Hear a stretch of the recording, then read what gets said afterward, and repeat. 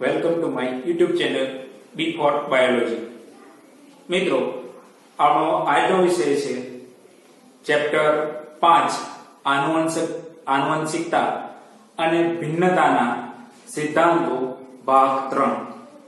મિત્રો આજનો વિષય છે સ્વપ્રભાવિતા.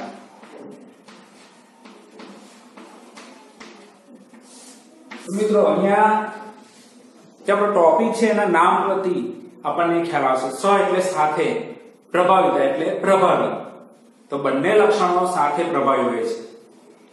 આપણે મેન્ડલનો એક સંકરણ પ્રયોગ જોયો તો એની અંદર જે F1 સંતતિ એ પિતૃઓને જ મળતી આવે છે.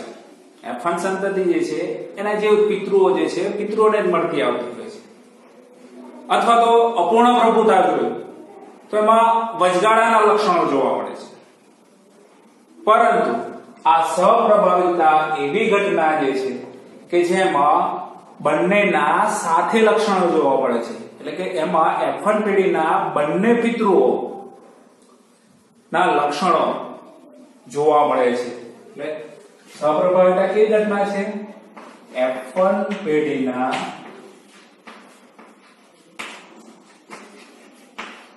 બંને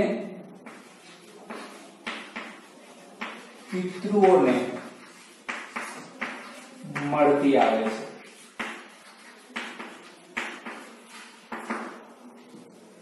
જ્યારે આગળના જે મેન્ડલના પ્રયોગો એક સંકરણ પ્રયોગ એની અંદર બંને પિતૃઓને મળતી આવતી નથી. એટલે કે અલગ અલગ જે છે એ જોવા મળતી હોય છે. પણ અહીંયા બંને સાથે પિતૃઓ જે છે એ પિતૃઓ સાથે મળતી આવે છે. એટલે કે જેમાં F1 પેઢી બંને પિતૃઓને મળતી આવે છે. એટલે બંને પિતૃઓ જે છે F1 પેઢીની અંદર F1 પેઢીની વાત કરી છે તો બંનેના લક્ષણો આપણે એની અંદર ઊંચો અને નીચો છોડ લીધો તો એક સંકરણમાં. તો ઊંચો અને નીચો હોય તો બંને મિશ્ર થઈ અથવા તો ઊંચો અને નીચો એમ બંનેના લક્ષણો એની સાથે જોવા મળે એવું અહીંયા કહેવામાં આવે છે. તો એ રીતનો આ સપ્રભાવિતાની અંદર આવે છે. હવે સપ્રભાવિતાનું શ્રેષ્ઠ ઉદાહરણ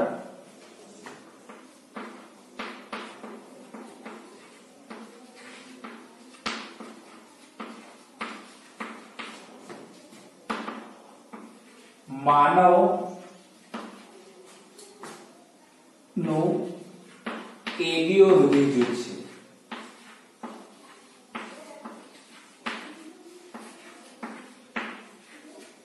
શું છે?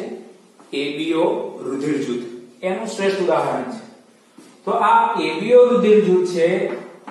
એબીઓ રુધિર જૂથ પર રુધિરમાં રક્તકણ પર આવેલ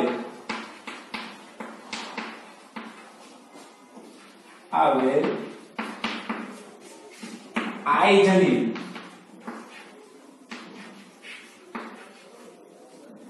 કયો પોલિમર ઉપસેલો છે? રક્તકણની જે સપાટી જે છે એ આઈ જનીન છે એ નિયંત્રણ કરતો હોય છે. એટલે કે રક્તકણની સપાટી પર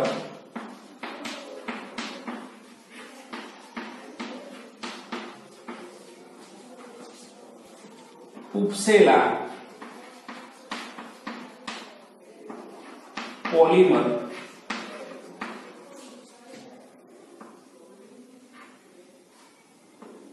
નું નિયંત્રણ કરે છે.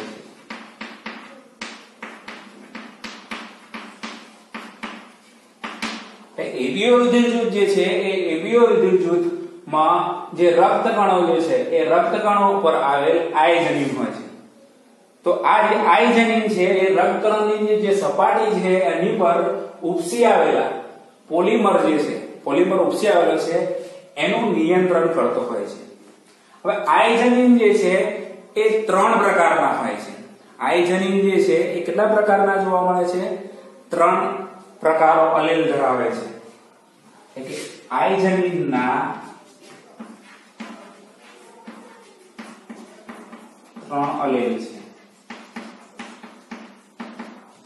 એક છે IA બીજો છે IB અને ત્રીજો છે સ્મોલ I. હવે અહીંયા જે છે IA એ અલગ પ્રકારની શર્કરા ઉત્પન્ન કરે છે, IB જે છે એ પણ તેની થોડીક સાઈડ અલગ પડતી શર્કરા ઉત્પન્ન કરે છે, જ્યારે સ્મોલ I છે એ કોઈ પણ પ્રકારની શર્કરા ઉત્પન્ન કરતું નથી. એટલે આપણે અહીંયા લખી શકીએ કે I એ શર્કરા ઉત્પન્ન કરે છે, જ્યારે IB થોડી અલગ શર્કરા ઉત્પન્ન કરે છે, જ્યારે સ્મોલ I જે છે એ શર્કરા ઉત્પન્ન કરતું નથી. જે સ્મોલ I જેની છે એ કોઈ પણ પ્રકારની શર્કરા જે છે એ ઉત્પન્ન કરતું નથી. હવે આપણે અહીંયા એબીઓ રુધિર જૂથ જે છે એ એબીઓ રુધિર જૂથની જો વાત કરવામાં આવે તો અહીંયા મનુષ્ય જે છે એ દ્વિકીય છે. મનુષ્ય કેવો હોય છે? દ્વિકીય પ્રાણી ગણવામાં આવે છે. એટલે કે મનુષ્ય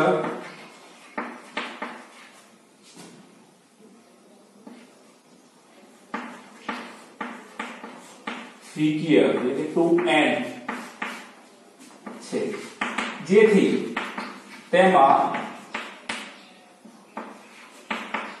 બે અલેલ હોઈ શકે. આવેલા હોય છે. હવે આપણે A, B, O અને I, AB અને O રુધિર જૂથ છે એના વિશે આપણે સમજૂતી જોઈએ. તો પહેલા આપણે જોઈએ ધારો કે A રુધિર જૂથ. તો A રુધિર જૂથ હોય તો તેની અંદર બે પ્રકારની શક્યતાઓ હોઈ શકે. એની અંદર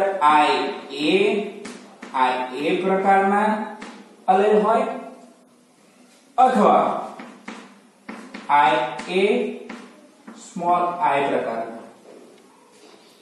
અને આ બંને જે છે એ શર્કરા ઉત્પન્ન કરે છે.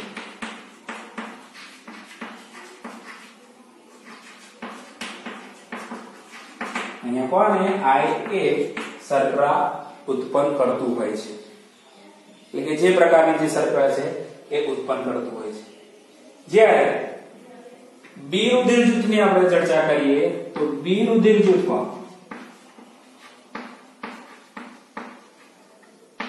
તો એનું જે જનીન બંધારણ જે છે એમાં અલેલો જે છે IB અથવા તો IB સ્મોલ I. તો અહીંયા IB છે એટલે અહીંયા એવું નથી કે અહીંયા એક પ્રચ્છન્ન તરીકે હોય છે ત્યાં સ્મોલ I, એટલે આના એ પ્રભાવી છે એટલે એ પણ ઉત્પન્ન કરશે. તો અહીંયા IB છે થોડી અલગ શર્કરા ઉત્પન્ન કરે છે. હવે ત્યાર પછી આવશે રુધિર જૂથ AB. રુધિર જૂથ AB રુધિર જૂથ. તો AB રુધિર જૂથ હોય તો એની અંદર IA અને IB જોવા મળે છે. IA અને IB અને એની અંદર એન્ટીબોડી એટલે સ્મોલ I પ્રચ્છન્ન હોતો નથી. એટલે અહીંયા જે આપણે જોઈએ તો IA અને IB જે છે એ બંને અલગ અલગ પ્રકારની શર્કરા ઉત્પન્ન કરશે. તો IA અલગ શર્કરા ઉત્પન્ન કરે છે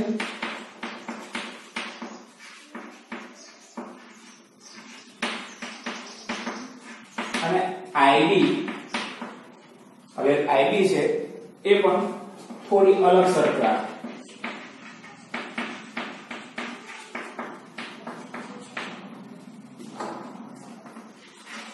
ઉત્પન્ન કરે છે. એટલે અહીંયા આપણે રુધિર જૂથની અંદર સહપ્રભાવિતાની જે વાત જે છે એ આ ટોપિકની અંદર આપણને ખ્યાલ છે આવશે એબી રુધિર જૂથની અંદર. તો એબી રુધિર જૂથની અંદર આ એ જનીન પણ છે એટલે કે અલેલ છે અને આઈબી અલેલ પણ આવેલો છે.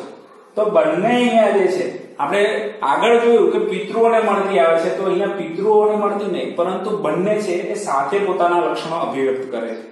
એટલે કે આઈએ જે છે એ આઈએ પ્રકારની શર્કરા જે છે એ ઉત્પન્ન કરશે છે અને આઈબી જે છે એ એના દ્વારા થોડી અલગ શર્કરા ઉત્પન્ન કરતું હોય છે, જે આપણને સહપ્રભાવિતા સમજાવે છે. છેલ્લે રુધિર જૂથની વાત કરીએ તો રુધિર જૂથ ઓ રુધિર જૂથ.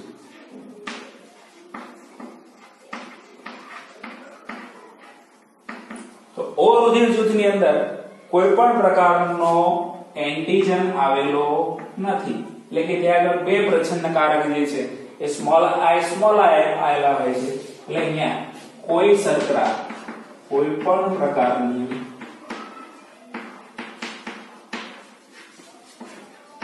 શર્કરા ઉત્પન્ન થતી નથી. એટલે કે અહીંયા કોઈ પણ પ્રકારની શર્કરા જે છે ઓ રુધિર જૂથની અંદર જોવા મળતી નથી. ચલો ફરી એકવાર આપણે રિવિઝન કરી દઈએ. રુધિર જૂથ એ હોય તો એમાં IA જનીન બંધારણ હોય અથવા તો IA સ્મોલ I હોય. એ IA જે છે એ શર્કરા ઉત્પન્ન કરતી હોય છે, એની શર્કરા ઉત્પન્ન કરતી હોય. બી રુધિર જૂથ છે એમાં IB અથવા તો IB સ્મોલ I હોય છે.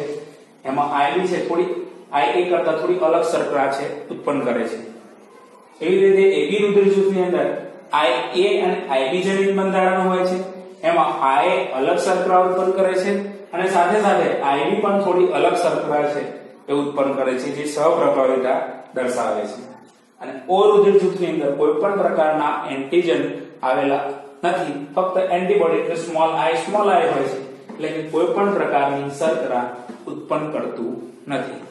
તો આ રીતે આપણે અહીંયા એબીઓ રુધિર જૂથ દ્વારા સ્વપ્રભાવિતા જાણી શકીએ. એના સિવાય પણ બીજો એક પ્રયોગ જે છે એ પ્રયોગ દ્વારા પણ આપણે જાણી શકીએ, જેમાં બે પ્રકારની જે ગાય જે છે એ ગાયની ચામડીની જે રૂવાટી જે છે એ રૂવાટીનો પ્રયોગ જે છે એના દ્વારા જે જૂના અભ્યાસક્રમ પ્રમાણે પણ શીખી શકીએ છીએ. તો મિત્રો, માનવ વસ્તીમાં રુધિર જૂથને આનુવંશિક આધાર દર્શાવતું કોષ્ટક જે છે એ કોષ્ટક પણ આપેલું છે, તો આપણે કોષ્ટક પણ જોઈએ. મિત્રો, અહીંયા આપણે કોષ્ટકની અંદર જોઈએ કે પિતૃ 1 અને પિતૃ 2 એટલે કે માતા અને પિતા એમના જે સંતાનો જે છે એનું રુધિર જૂથ કયું હોઈ શકે છે એનો આ કોષ્ટક પરથી ખ્યાલ આવે છે. ધારો કે માતા છે પિતૃ 1 એટલે માતા આપણે યાદ રાખીએ, અહીંયા ટૂંકમાં લખી દઈએ માતા છે અને પિતૃ એટલે પિતા છે અને આ એની સંતતિ છે. તો માતા એ જે માતા છે એમાં અલેલ IA છે અને પિતૃ જે છે એટલે કે પિતા જે છે એમાં અલેલ IA છે. તો એનો જનીન પ્રકાર જે છે એ IA પ્રકાર. તો સંતતિનો રુધિર જૂથ એ મળે. એવી જ રીતે જે માતા જે છે એટલે પિતૃ 1 છે એનો જનીન બંધારણ IA હોય અને પિતૃની અંદર એન્ટીજન ના આવેલો હોય, ફક્ત સ્મોલ I હોય, તો જનીન બંધારણ છે એ IA સ્મોલ I હોય. તો રુધિર જૂથ એનું કયું મળશે? A રુધિર જૂથ. આવનાર જે બાળક જે સંતતિ જે છે એ રુધિર જૂથ ધરાવતી હશે. એવી જ રીતે માતા એટલે કે પિતૃ 1 માં IB જનીન બંધારણ અલેલ હોય અને પિતાની અંદર IB અલેલ હોય. તો એની જે સંતતિ છે એમાં જનીન બંધારણ IB થશે અને રુધિર જૂથ મળશે સંતતિમાં B. એવી જ રીતે માતા છે એ માતાની અંદર IB અલેલ છે, પિતાની અંદર સ્મોલ I અલેલ છે. તો જનીન પ્રકાર જે છે IB સ્મોલ I. તો ઉત્પન્ન થનાર જે બાળક જે છે એ બાળકનું રુધિર જૂથ હંમેશા B જ હોય છે. એવી રીતે માતાનું રુધિર જૂથ અથવા તો એના જે અલેલ જે છે એ IA હોય, પિતા છે એના IB હોય. તો જનીન બંધારણ છે એ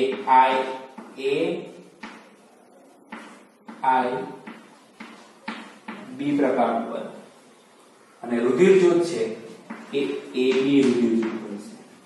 કયું રુધિર જૂથ બનશે? AB રુધિર જૂથ.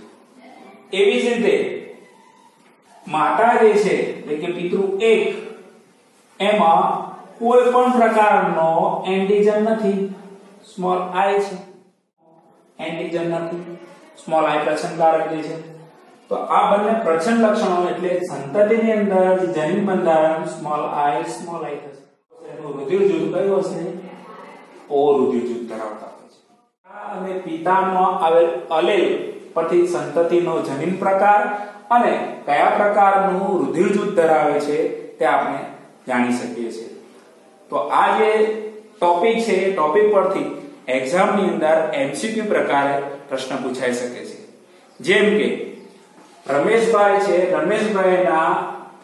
રમેશભાઈના રુધિર જૂથનો અલેલ IA છે અને એમની પત્ની રમીલાબેન છે એમનો રુધિર જૂથનો અલેલ સ્મોલ I છે. તો તેમના સંતતિ એટલે કે એમનો પુત્ર રાહુલ છે એનું રુધિર જૂથ કયું હશે? તો રુધિર જૂથ A મળે છે. તો આ રીતે MCQ સ્વરૂપે પણ આ કોષ્ટકમાંથી પ્રશ્નો આવી શકે છે. જો મિત્રો તમને આ વિડિયો ગમ્યો હોય તો લાઈક કરો, શેર કરો અને મારી ચેનલ સબસ્ક્રાઇબ કરો. અને આવા જ વિડિયો જો મેળવવા માંગતા હોય તો બેલ આઇકોન પ્રેસ કરો. Thank you.